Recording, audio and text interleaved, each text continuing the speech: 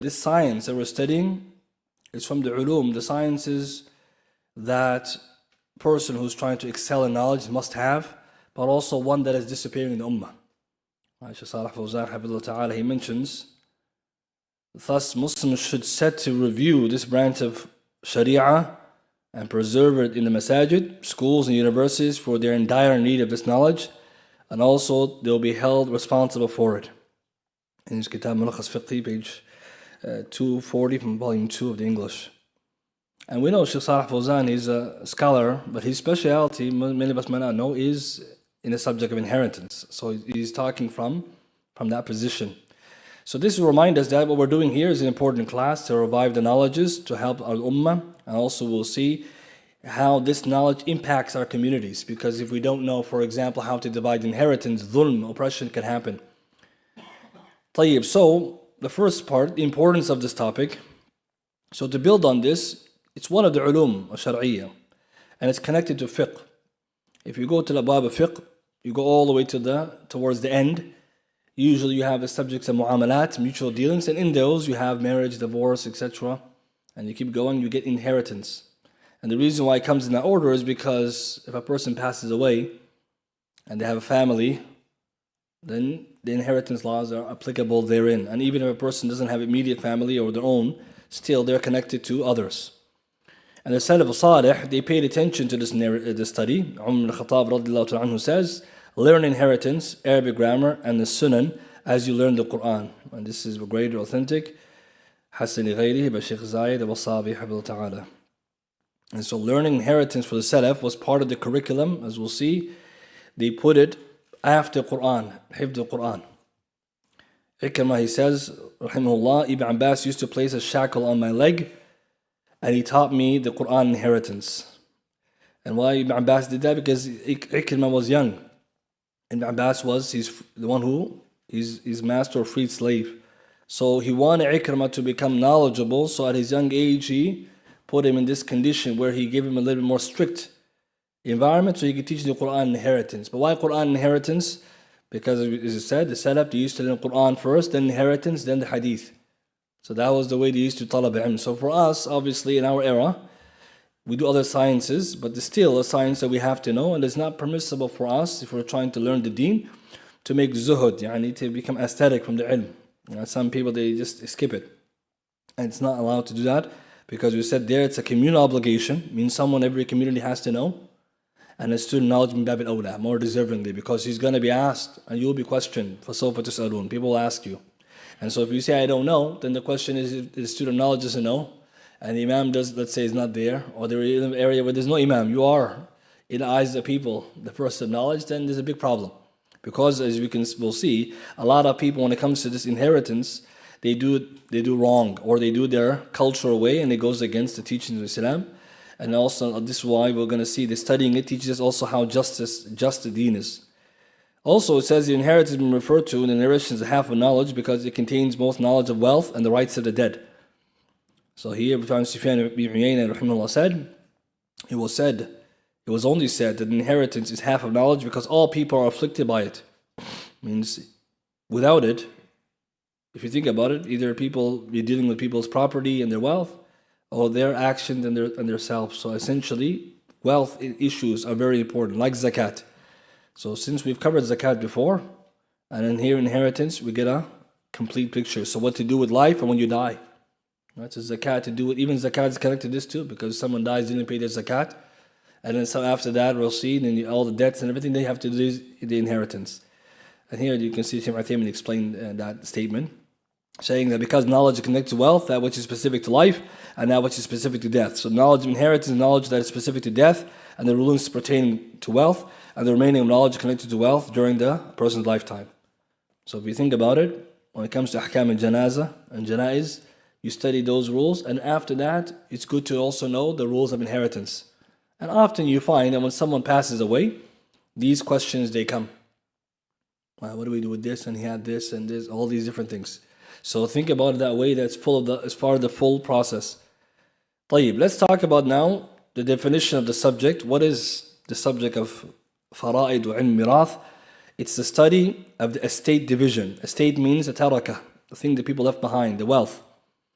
The study of this division, their juristic rulings, means the ahkam shar'iyya, and then the hisab, the calculations of those disputes, distributing shares.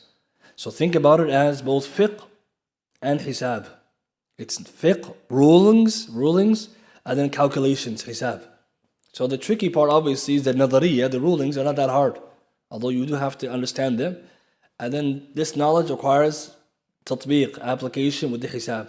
You have to actually, so we're going to do that both. We're going to study the rules and we're going to do the calculations. But that's what it is. Study of the estate, people's wealth, the juristic rulings, the ahkam regarding it, and then the calculation distributing the shares.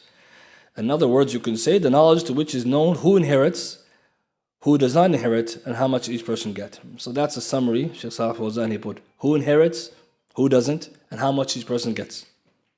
So this is very important because inheritance in the Western world, we don't have the mahakim shar'iyya or the mahkama, the judge courts, the judging and the courts. So in many ways, the students of knowledge are the people who are doing it for the awam and the lay people, and even your own household. Right? So that's why you want to learn it, because someone passed through in your household, you're going to do the qisma for them. You'll distribute the wealth for them, inshallah. And it's not hard, as we'll see, inshallah ta'ala, it's not hard.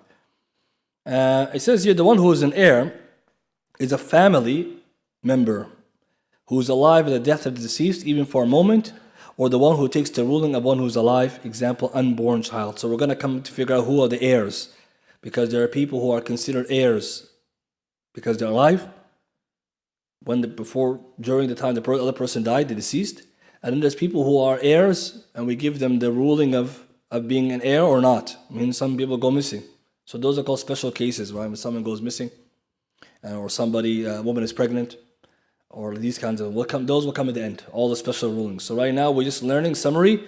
Ilm al-mirath and fara'id is a subject of the estate, people's wealth, when they pass away, the rulings connected to it, and the calculations.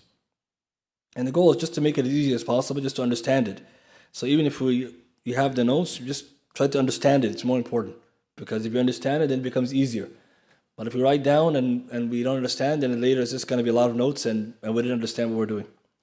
طيب, why do we study? What's the hikmah behind studying, or Allah subhanahu wa ta'ala giving us these inheritance laws? This is important for da'wah.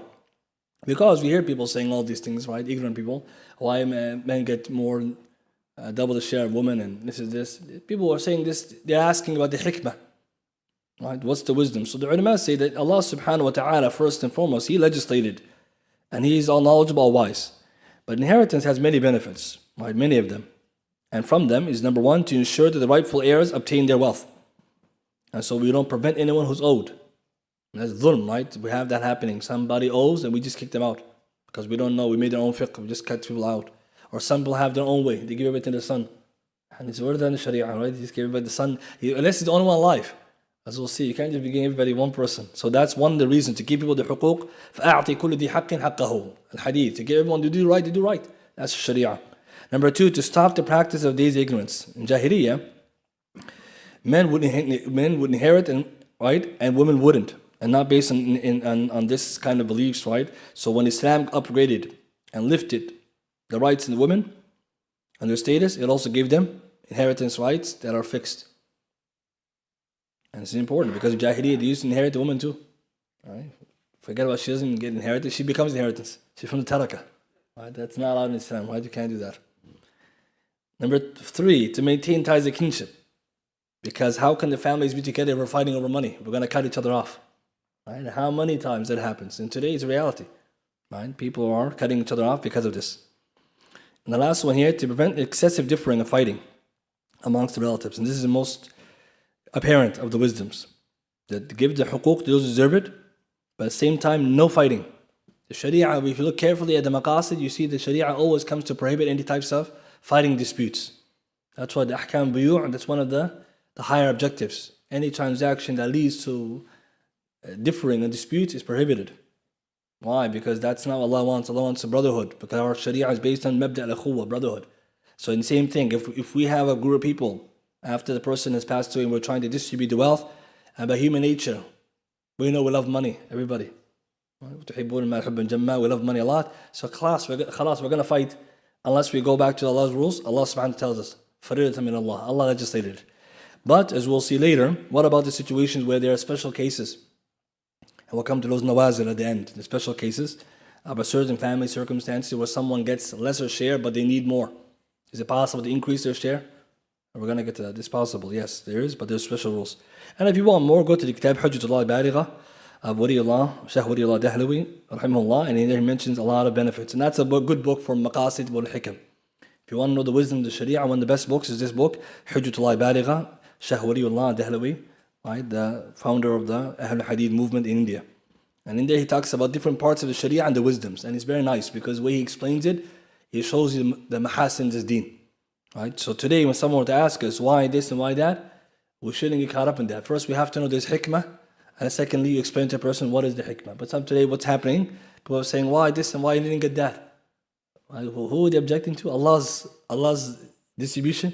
Allah knows best, of course. But then there is a wisdom, we have to study it. So part of your job as you're going along, try to ask that question. Why this person gets this much, this one that? It will help you to remember the rules better too, if you remember the why.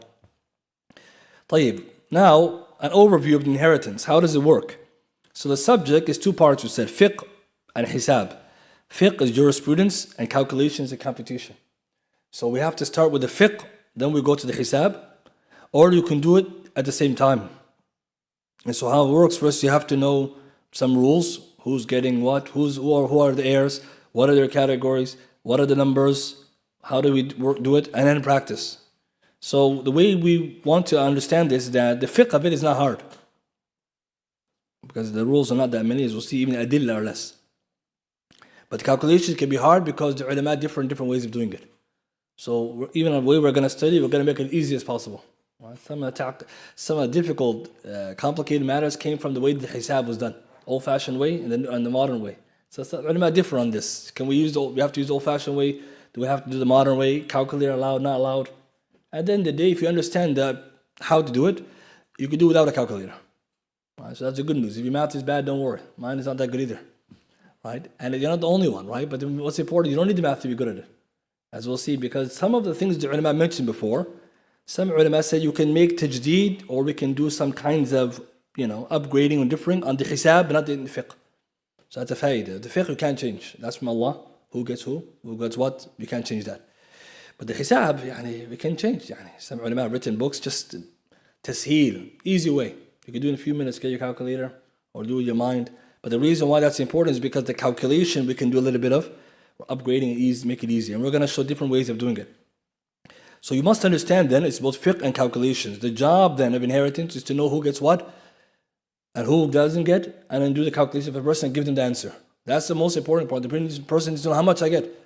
So you should be able to know who gets what, who doesn't get, and how to get it, and then in the end you solve the problem. So there's going to be the math part as we go along.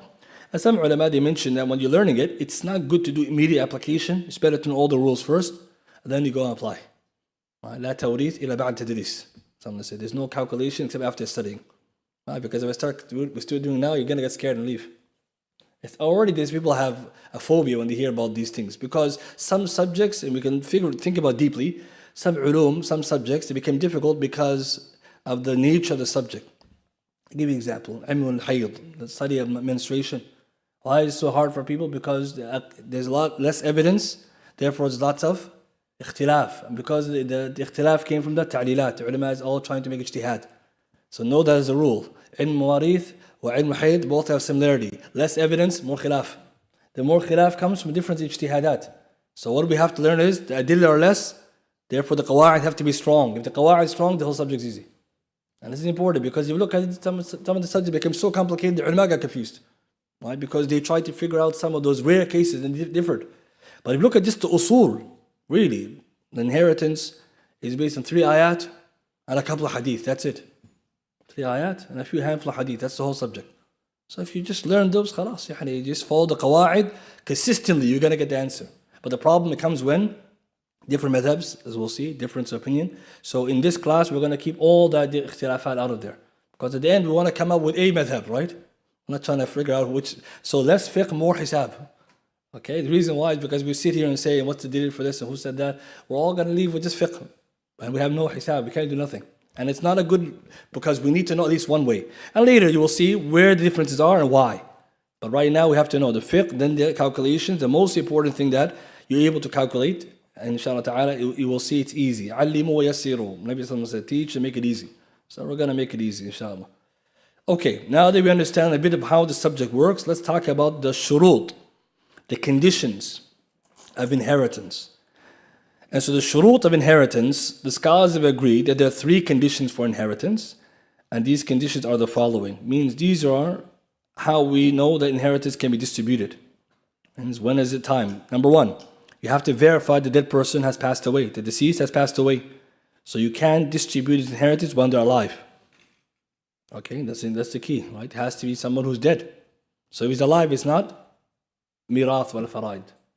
It's important, right? It's basics, right? But sometimes what happens is people get a bit hasty because somebody goes missing, right? So they call the mas'ala the mafqood, the one who's gone absent. This person, the judgment has to be given to the Muslim judge. He has to make the hukm, this person legally dead. So someone has to die, either haqiqi or hukmi. Haqiqi means he died.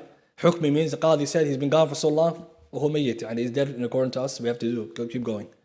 And this is important because if the person didn't die, it's not faraid. What is it then? It's anything else. You're giving gifts, right? Okay, that's different.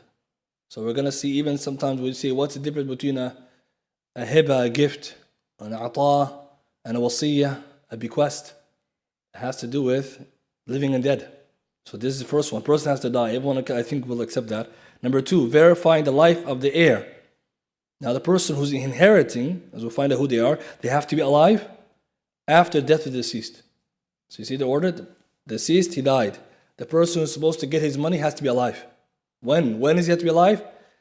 After the person died. At the very least, even if he dies momentarily after that.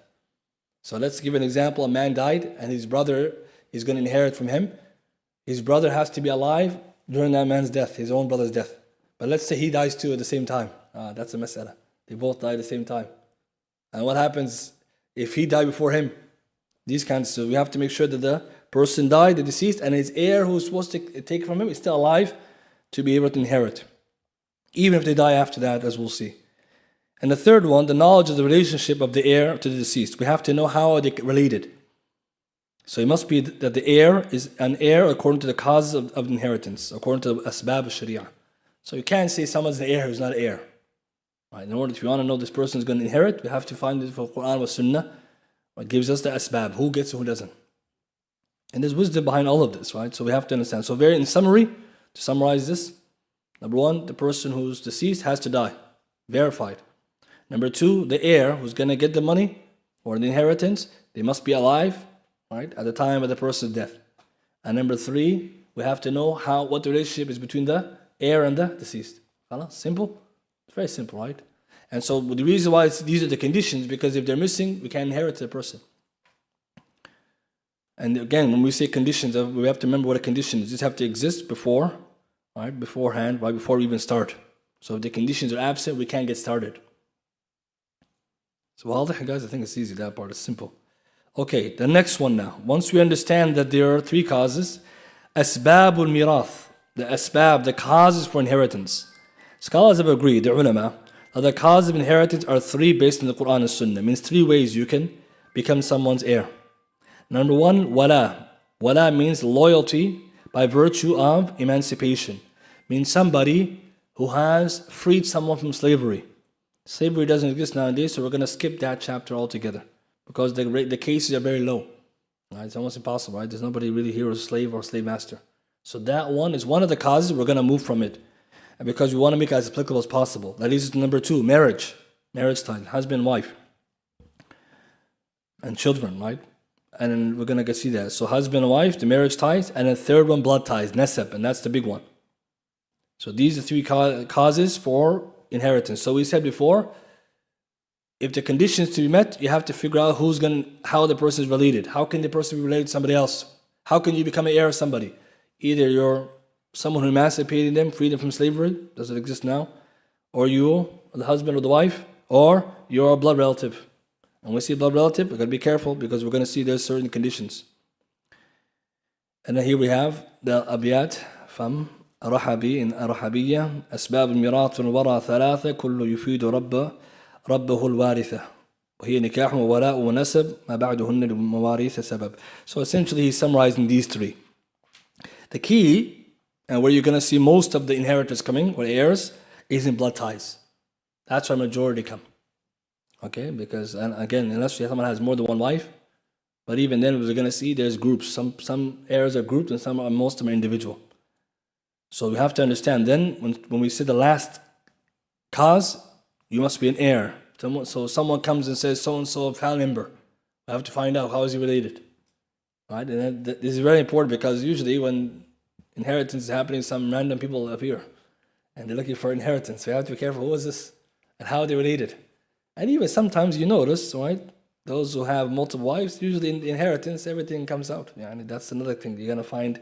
So sometimes it's important to understand that. طيب, the next slide, we get a little more details. Let's focus on this chart here. So a little more details about what I just said. For the wala, the loyalty by way of emancipation, what was the wisdom behind it? The general summary is that if someone freed someone from slavery, from gratitude and loyalty to that person, is that he gets to inherit from him if that person who became a free slave has no relatives. So the Sharia is based on ihsan. هل جزاء الإحسان إلا الإحسان. So let's say somebody frees someone from slavery. What reward this person gets from the law. But even on top of that, imagine this person who just freed from slavery, and most of the slaves, they didn't have any family that's connected to them, or they don't know where the whereabouts are. He's going to inherit out of that goodness that he did for him. That's the general idea of it. But since that doesn't exist nowadays, let's move to the ones that are more important. Marriage. A valid marriage contract between you and your wife allows inheritance between you two, even if one dies before intimacy. So as long as the aqd is done, then inheritance is possible. What happens if you divorce her? Is there inheritance? Nope, you're not married now. How about talaq raj'i? Right? Irrevocable divorce? There's two types of divorce, like raj'i and ba'in. So let's say divorced her, but you still can take her back. And then something happens in that period. Yes, she still inherits, because you're still married, right? You're not done. And so the scholars say that still counts. But the other one is ba'in, when's the last divorce. So we get the idea. Marriage contract though is key. That's the key, the contract. And the third one, blood ties. And when we say blood ties, nasab, we're referring to specific relatives from your mother and your father's side. And it's important to understand whose side takes majority. Father's side.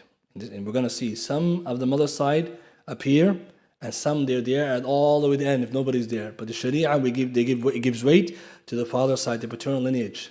And someone might say, why? Well, you have to think about it deeply. Whose last name are we taking? What's your last name based on? The paternal lineage. So in the Sharia, your wali and awliya, those are your guardians, and the last name from your father, everything runs on that side. So therefore, when it comes to the ahkam, it goes on that side. Therefore, there's a connection between the ahkam al-nikah wa ahkam al-mawarith. And even ahkam al-zakat wa ahkam al-nafaqah. They're all connected. So why? Because the ulama say so-and-so is a warith. Who do you have to give nafaqah to? Warith. Who's warith? Why do you keep using this term? The one who's going to inherit from you. So the reason why we have to know the mother's side is a weak side. The father's side is the strong side, and of course full means both. You have mother and father from a sibling from both parties. But the problem sometimes we'll have when you hear blood ties, they don't realize that the Sharia, we're going to see there's a specific meaning behind that. Not to negate the mother's side altogether, there are some, but they're not the big ones. Okay, you have to understand that. Just like when it comes to the wakil or the wali. The wali is from the father's side, not the mother's side. Okay, so that's important to understand this. So this is just when we say blood ties. We're going to come back to that more. طيب, so these are the causes. So in summary, we have someone emancipated, freed someone from slavery. Wala. Number 2, nikah. Number 3, nasab. So you just have to try to memorize the asbab. These are not the hard parts. It's pretty straightforward. And nothing is hard, but some of this concept, most of us probably even heard it. The next one, mawani', preventatives. Who is prevented from inheritance? Means if somebody is supposed to be an heir, and then something comes between them and the heir, being an heir. What are those things? 3 things. Number 1, a murderer, killer.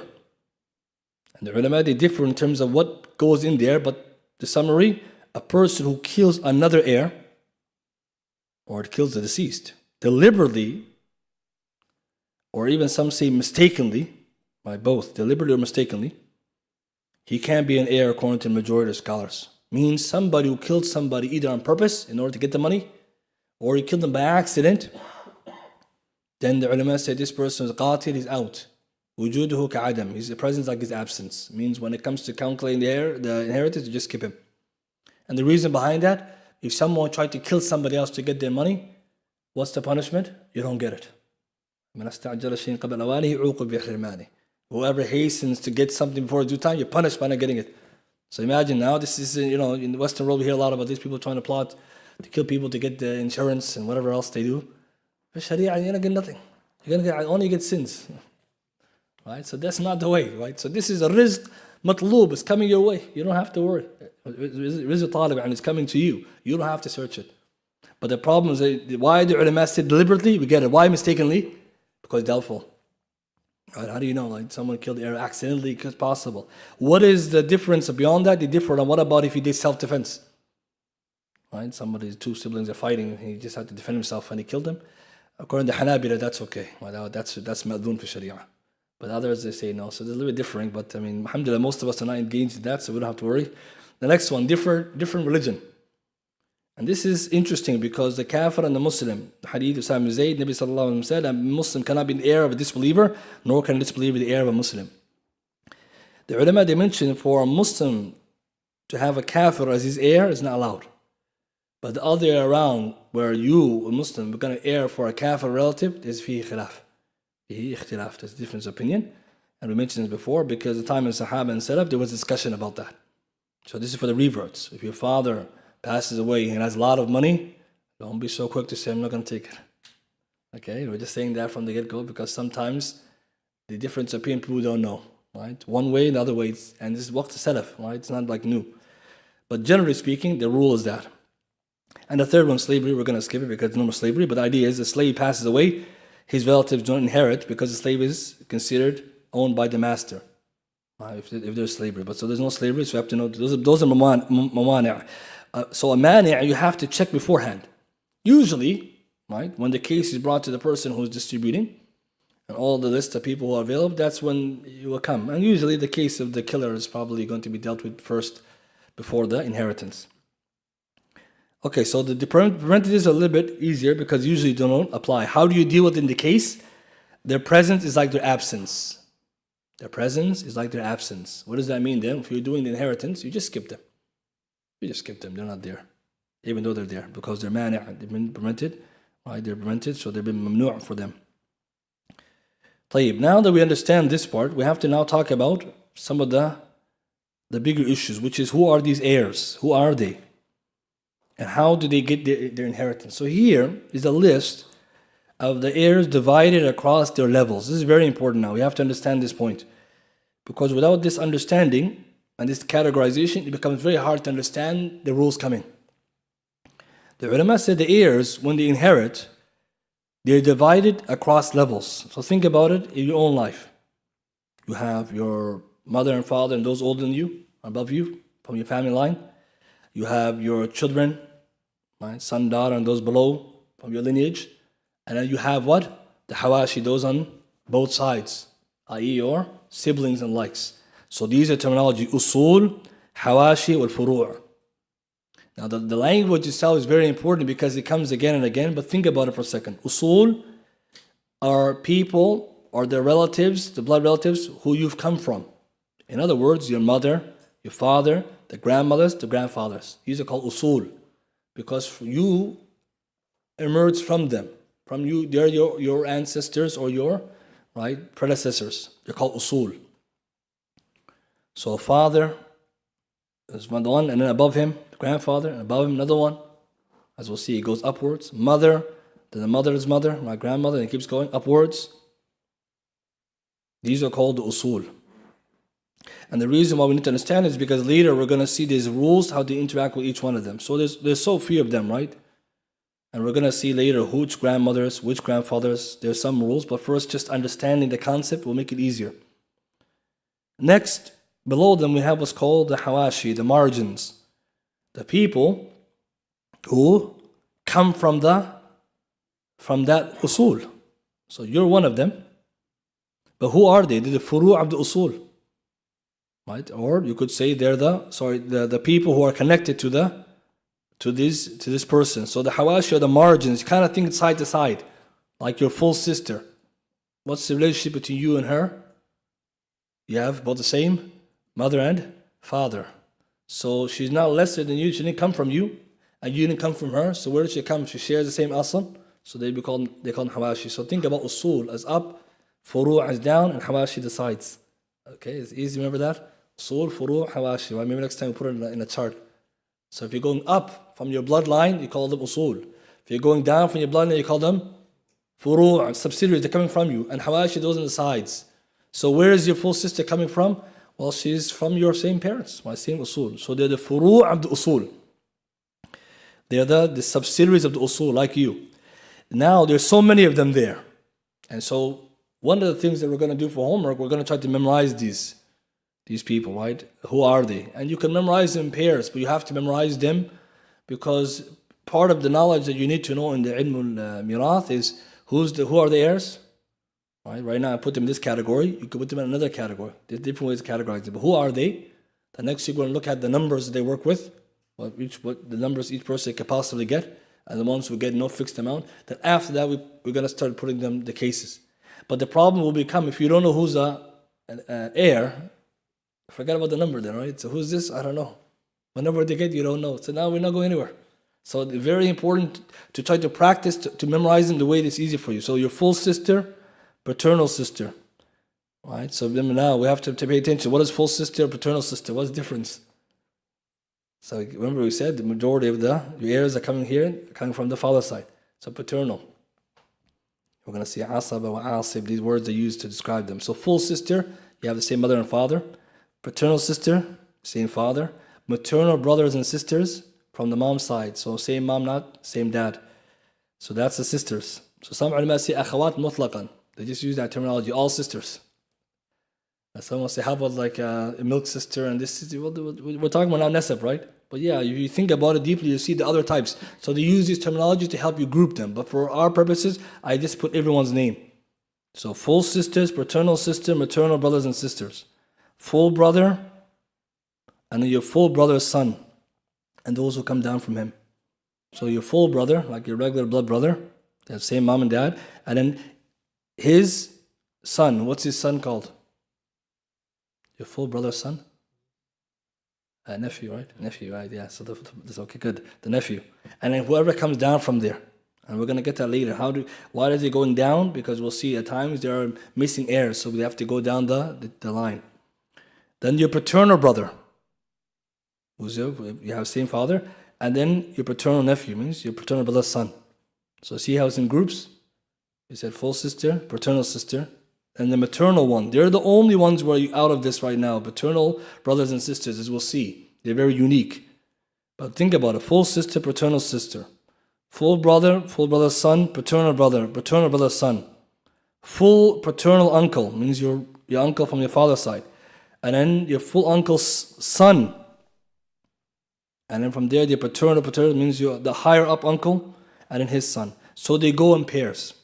And next time, inshallah, we'll see, as at the end we have a chart, you're going to see that knowing their levels will allow you to know if they get or they don't get. So inshallah, later you're going to memorize this because you have to know the heirs and their levels. Right? And inshallah. So the usul wal hawash, you have to know. So the parent you're going to see is full or it's paternal. It's full or paternal. And then the one that's out of it is the maternal brothers and sisters. They're the unique one because they're coming from the mom's side. They're the weak side. So when you hear maternal, that means they're weaker than the paternal. And later we're going to see that there's strength according to nearness and farness. And so it's going to be useful to know this. And when you go home, you're just going to try to memorize them and you're going to come up with your whatever way is easier for you to do that. The furu' then are your son, the daughter, the grandson, and the granddaughter. And which grandson, which granddaughter, from which side? So they say the son, and then his son, so it has to come from him. The daughter, right, from the deceased, and then the grandson from the son, and the granddaughter from the son. And we're going to come to these rules later about how we know who is from those down and who is not. Right now, we're just putting it down so it becomes one thing at a time to memorize. Okay, because if we put all of the rules and dawabit qawaid, you're going to go home and you're just going to skip the next class, right? And we don't want that. We want it to be easy first, easy. So far we have that. And the last one, marital ties, husband and wife. So now that we understand it, usul, hawashi, and furu', those who came from above you and going upwards, those are your same level, right? You share the same parents, at least one of them or two. And then the furu' are those who come from you, and then those who you marry, if you're a woman, husband, if you're a wife, if you're a man, a wife. Is it clear? And the reason why this categorization is useful, some ulama they categorized in errors in multiple ways, just to show you how they look. But right now we want to start with this terminology, so later, if we say something like, okay, this person doesn't get because of this and this, you will know who's aslan, who's the usul, who's the hawashi, who's furu', so you're not going to get confused. But if this terminology wasn't introduced to you and we start taking people out of the inheritance, you're confused. And that's where some people get confused. They don't even realize that based on the levels they're in and the strengths of the relationship. So to give you an example, usul and furu' are strong relationships. The hawashi are weaker, we'd say, than these two. So think about those who you came from, those who came from you are stronger to you, closer to you than those on the sides. So the reason I'm saying this is because if there comes a time where there's so many inheritors, we're going to see the strength comes in power. Or they say jihad, the nearness, my direction. Where is it coming from? Or qurba, nearness, and we're going to see manzil also. So each one of them, we're going to categorize it later. But right now, at least you know the terminologies. Which leads us to the next part. Once you understand there's such a categorization, we must understand the next one, right? It should, the title should say how to inherit, but we'll fix that. But here, in this next slide, we're going to take a look at how inheritance is given, right? How inheritance is received. And so here we're going to say that in order to understand now how inheritance is given, there are two ways. And it goes back to what we just said in a second. Who's the heir? Then on top of that, how did they get the inheritance? Right? So we should change the title. I'm going to change it next time. How the inheritance is received. So the ulama say there are two ways for an heir to receive the inheritance. Either by fard, a prescribed amount Allah gave us, or Rasul told us. Or a ta'asib. Ta'asib means an unfixed amount that the person will get the residual amount. So to make it easier, think about in the Quran, in the Surah An-Nisa, Allah mentioned 3 ayats, He talks about the shares of people. Those are called ashab al-furud, people who have prescribed shares. Right? Like 1/2, 1/4, right? 1/8, like these numbers, 2/3, 1/3, 1/6. These are the numbers in the Quran. These are called the furud. So for example, the mother, in the Quran, Allah tells us she has 2 options, or 2 outcomes. What are they? 1/3 or 1/6. That's in the Quran. These are called ashab al-furud. They've been prescribed. Faridatan min Allah, from Allah, right? The next group are the people who get ta'asib. They don't get a specific amount. They get what's called residual amount. And they're the people who are often, as we're going to see, they're the paternal, or you could say the people who are mostly in the category of the hawashi. So if you want to be very simple here, the people who are usul and furu', not all of them, but many of them, most, right, usul and furu', they get their shares by prescription. Right, so maybe this will make it easy to remember. People who are considered usul, above us, right, the people you came from, and furu', those below, a lot of their shares come prescribed by Allah. And the people in hawashi, the margins, most of them, they get the inheritance from by way of ta'asib. It means unspecific amount, but residual amount. They may get it, they may not get it. They might get less, they might get more so than the other categories. And of course, there are exceptions, but this is just the general things. So you see how important it is to know, because someone wants to remember who gets the 1/8 and 2/3, and you're thinking usul and furu'. People of hawashi, the margins, usually they're getting the residual. But since there's so many of them, I'm sure some of you are probably thinking, how could they all get? Is it possible, right? That every single one of them are going to get? We're going to see based on the strength, some of them are going to have to not get anything. And that's part of why you need to know the signs, because if you can't complain, you're not deserving anything. Right? So sometimes people are complaining, say, where's my haqq? You're not in it. You're taken out. Someone else got it. And the wisdom behind who gets and doesn't get, it's not just arbitrary. There's a wisdom. And some of them we'll see, the more you study, you'll see, the son, he has a lot. He gets a lot because he has more responsibility. He's the head of the household or a future household. So if his father passes away or someone else passes away in the family, the son is there. He's always getting a big share. Why? Because he's going to inherit that wilayah, the responsibility of nafaqah. So that's one of the wisdom. Someone may say, okay, what about the brother? Well, the brother, if he's there, he might get, he might not get. But when it comes to the wisdom behind it, if you look carefully, you're going to see about whose household, whose relatives, and it's all connected. And that's why later we'll take a look at some scenarios and the why. You could even look at the ta'aleer or the wisdom behind it. Some ulama, they try to look at it that way. But right now, we're keeping easy. Fard wa ta'asib. So who gets the fard prescribed? Where do you find the prescription? Quran wa sunnah. And in total, there are 11 heirs that inherit, right, from this way. And then by way of ta'asib, there's about 14. And yes, there are some heirs who get both fard, prescribed share, and they get an unfixed share with conditions. Now, where do we get all this? The beautiful part about this is the hadith. Nabi sallallahu alayhi wa sallam, Ibn Abbas, he says, give the shares to those who are entitled to them.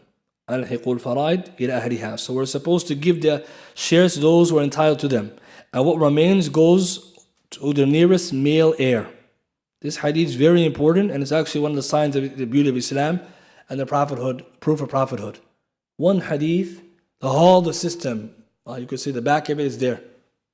Al-hiqul faraid bi ahliha. Give the faraid, the inheritance and its prescribed shares to its people. فَمَا بَقِيَ. If anything remains, فَلِأَوْلَى رَجُلٍ ذَكَرٍ. The male who's closest gets it. And so in this part we learn, as now we mentioned comments there, when it comes to distributing the inheritance, you start with the people who get prescribed shares. Now what do? Anything's left over, and you give to people who are in the ta'asib category. But as we'll see, there are some people who can never be excluded, and some people who can be excluded. So that will come later. But this is the beauty. This one hadith pretty much explains to us all of this. And the wording is so interesting, so precise, because Allah subhanahu wa ta'ala revealed this. Preference is given to the nearest kin, and the asib, the agnate relative. This means the relative from your father's side, who's further in lineage doesn't get one who's closer. So look at the wording of the hadith. فَمَا بَقِيَ. Whatever remains, who gets it? The awla, the closest, rajul and dhakar. Dhakar and rajul. Why they specify some scholars say rajul? Because he's the male, but dhakar, so it's not baligh. Anyone, even the child. But who dhakar is a male, he gets in there. So the Prophet, some ulama say rajul dhakar, it's not a synonym. He has to be a male, but he's also, whether he's age of puberty or not. Awla means the closer gets, and the one who's further gets cut. And then and you only do that after you give the people furud first. Allahu Akbar. One hadith, the whole system is pretty much based on this. As some ulama say, proof of prophethood. This is proof Islam is true. Because how is one hadith, 3 ayat, you put it together, that's it, the whole system. And today, if you go to other countries, you see them, they have all these confusions and no rules. And even the ulama, when they explain this, they say it shows you again that what people today have not understood and think it's unfair, it's because they don't even understand the system to begin with. Right? And they don't have it here, but it is also important. Those criticisms from France are not valid, for a lot of the French system is inspired by Islam. Right? And we're going to come to that later. Right? So the people who criticize typically also, they admire too, as we'll see. So there's a closeness between the French system of inheritance and the Islamic system, because Napoleon he was a great admirer of the Quran and Islam. And we're going to get to that, the shubuhat, that will come to later. So the next slide now, to round this part, the hadith teaches there are 2 types of heirs. The one who gets a prescribed share, and those who receive ta'asib, a way of unfixed share because of their relationship. And we're going to find out later about that. So in total, there are 25 different heirs. If you include each one and those who take from both sides, you get 25. So for our purposes in this study, we're not going to look at the people who are emancipating from slavery and because they're not the common states. We're going to focus on the common ones. So if you come down, it's about 23 or so. And some heirs, they're on both sides, right? We'll see. And to help us understand that, the last chart, right, is the one that you can see, that helps you to see how it looks. So Ashab al-Furud, those who get a prescribed share according to Quran and Sunnah, are 11. And then on the other side, the ta'asib side, right, is about 14. And the idea behind it is that, if you look carefully, you see the grandfather is here on the fard side, and he's also on the ta'asib side. He's on both sides, because he's one of those who can get all 3. He has 3 outcomes. So when it comes to the inheritance, then how would somebody best understand it? The most important part next week, we're going to go from there to understand Ashab al-Furud. To know who they are, to know their numbers, and to memorize it at a pattern.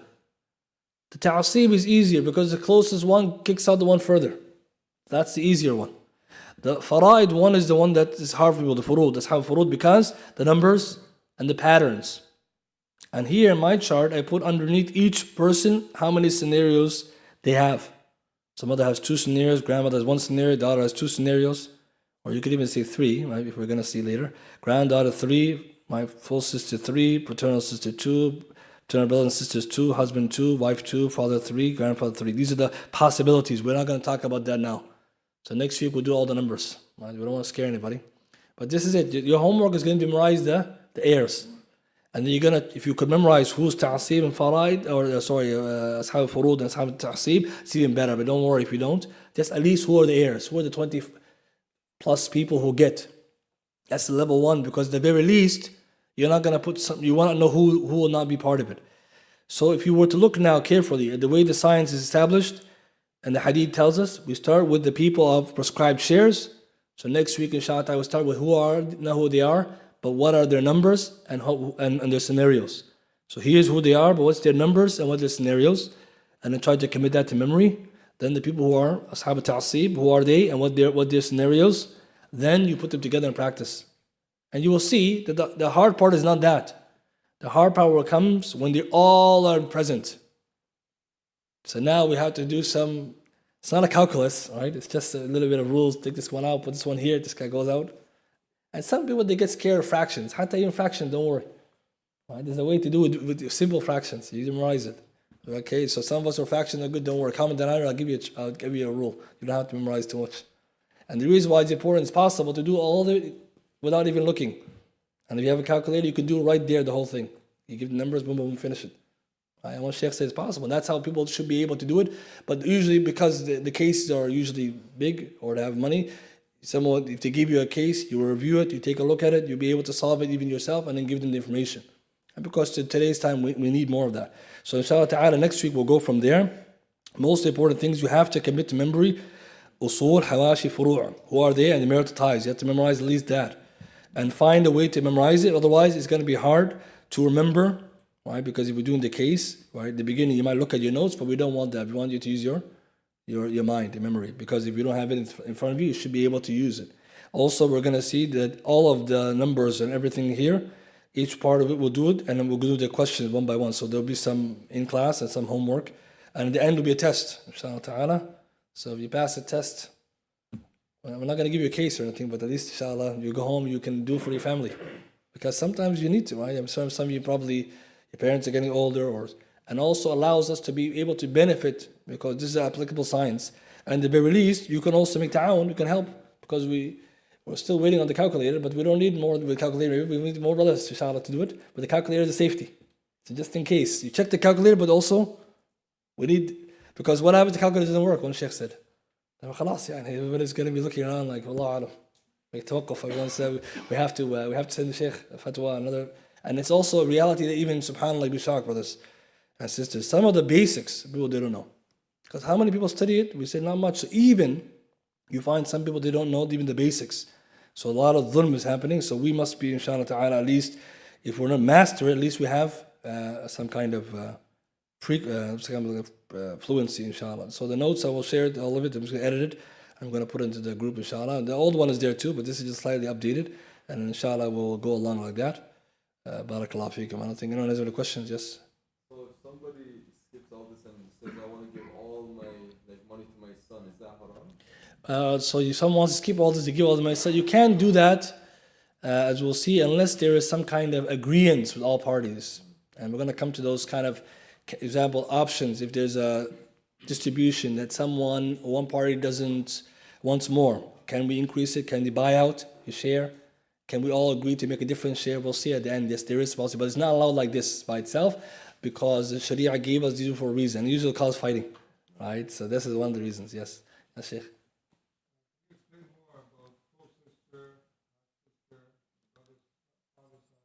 So when it comes to the sisters, the scholars, they say, and the brothers that you have, different types of siblings. So you have full sister would mean you have both the same mother and father. So that's the strongest. So when you say shaqiq and shaqiqat means full, brother and mother and father. Then the next one next to it, paternal. A sister from your father's side. You share the same father, not the same mother. So why is this one the second strongest? Because we say our lineage runs where? Through our father's side, paternal side. And then after that will be the maternal. You share the same mother, not the same father. So you're still relatives, but you're on the weaker side. And then after that, we say there are the children as well. So here we can see then the children also same. The full sisters and the full brothers and their children, for example. The full sisters, we're going to see their children is also not there for a reason. We're going to come. But when it comes to that side, share the same parents, full. You share their father, it's going to be a paternal. It's a half sibling, but it's a paternal and a maternal from the mother's side. And the reason why this is important, we'll come to later when we talk about ta'asib. You have to determine when there's all of them present, which one will get closer. So we said the awla, the one closer. So the full sister, paternal, maternal. And the brothers the same. And then we're going to see also that this kind of categorization is also important for us to know. For sometimes you might have a sibling you don't know, and that's why when they're all present, then this is the way they will deal with it. And then we'll come inshallah next week. We're going to, when we finish the furud, we're going to come to ta'asib in more detail. Yes, brother? Yes, they're still brothers, yeah, those. So they share the same mother and father, they're brothers, full, yeah. Yeah, so the problem is that we're looking at the asl, the origin. Do they have the same mother and father? Yeah, so this is full. That's the key. So that's what's important. With full, we're going to look at the asl, the origin. And we're going to come to ta'asib, inshallah. We're going to see this point, yes? Yeah, so inheritance, when it comes to what's the estate, everything under the person's ownership of wealth. Could be business, it could be land, it could be investments, it could be money, it could be car. So what they will do is we'll see when we get to the real case. First, you have to get an adjuster. Right, that's what they call it. He's got an evaluator. He's going to come and evaluate all the person's wealth. And then when they get those details, because when someone passes away, even here is due process. Right? So we're going to see the janazah, all that stuff has to be done. Debts have to be paid, all that kind of stuff, zakat. But what was most important, the one they look at, the evaluation, then they're going to say, okay, now with the evaluation of that, then they're going to go and we're going to use that to determine. So there's what's called full disclosure. So all the wealth, everybody, all the kids, everyone's going to come out. Everything's going to come out. So it's serious because, like we said, imagine now, some of the cases, they involve thousands or millions of dollars.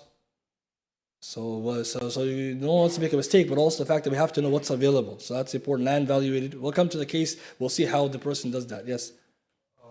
What happens with the blind haram wealth or majority haram wealth? So that will come as well. Haram wealth or majority haram wealth. What do we do with it?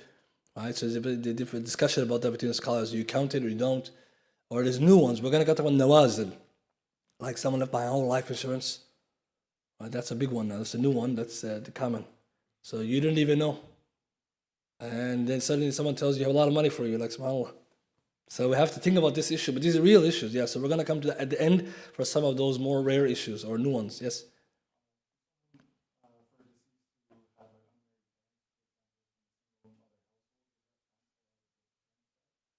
So that's another thing. When it comes to marriage, for Sharia, we mentioned the scholars, they say that if somebody is considered married according to their disbelief religion, you can consider them married still. But you're still the child. And there's also discussion about, like, in terms of, yes, let's say, are you legitimate or not legitimate? So we're saying legitimate child is still theirs. So that's why this is a big one, this issue of the revert one, because of the fact that the disbeliever, and then the issue of their marriage status and whether they're legitimate or not. So that's why there's some discussion. But what the ulama have mentioned for is not a black and white, because Sahaba and Salaf, they differed on it. So that's the importance of why taking time on this. Because if they say there's thousands or millions of dollars, or let's say big amounts, not very easy. But yes, these discussions will come to all the special cases and stuff at the end. This is just right now basics. I know people are excited with some of this, yes.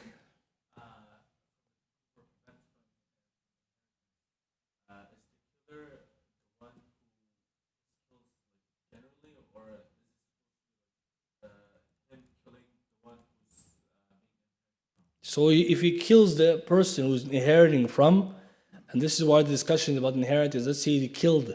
So they say that he killed the one who's inheriting from, or he killed him accidentally or purposely. So that's the discussion. So in terms of, because now is he prevented from his heirship? That's the question. So now that he kills somebody else, between one he's heir from, so it's accidental or purposeful like this. But so these kind of mu'ana also, they're cleared before the case started. So it's important. And there is some, like I said, difference opinion details.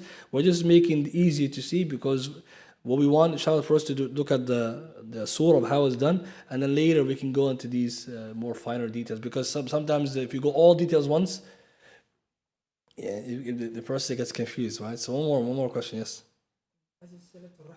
Yes.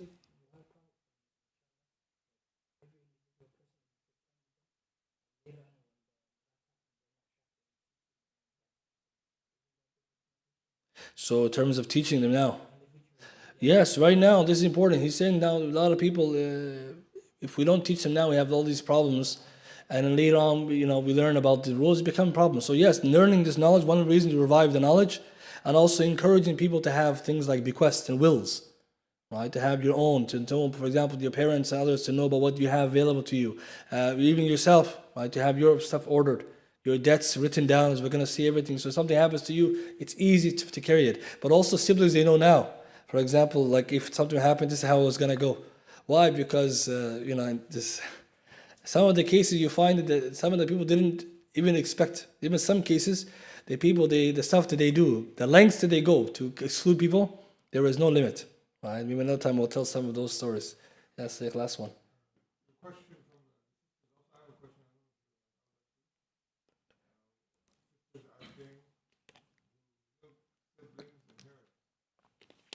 So yes, they're kind of sibling, yes, but the problem is that when it comes to the jihad, they're not in it because of, as we'll see, their weakness.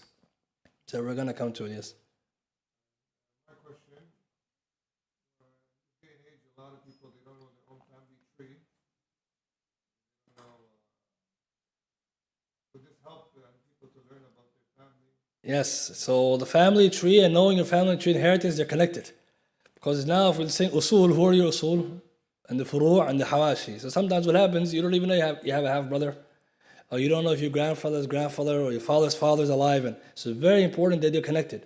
So learning a lineage, part of his wisdom, the ulama said, the permissibility of learning and the obligation to know the basics of it is to know your immediate family because of this. So that's why learning inheritance, lineage, the basics of it is necessary for this.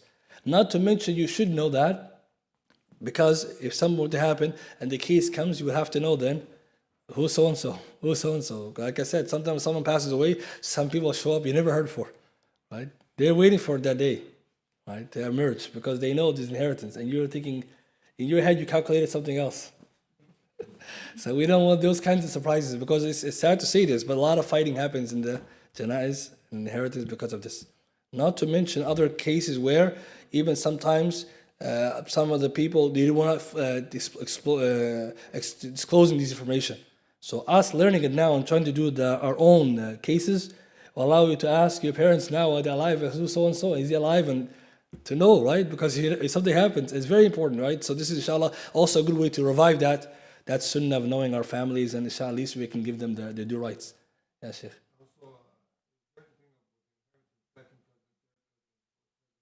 Yeah, so we're going to see there's, when it comes to lower, yes, when it comes to your nephews or your cousin and going down, but then when it comes to the issue of who gets cut off, who, we're going to see there's a strength to it. So there's a jiha, qurba, and manzila. We're going to see it's going to allow us to determine which one gets and who doesn't. And so the rule is the closer, the stronger, and the nearer, it cuts off those further. And the reason that's important is because in some cultures, a cousin is all the same level. Or some cousin became a brother. Those ones, we have to be careful. A brother versus a cousin versus somebody else. Or even sometimes we call an uncle, it's not even uncle. So that's why when you go home today, you're going to ask your parents, usul, furu' and hawashi. You can write it down, because if you don't know already, you don't want to give someone the random inheritance.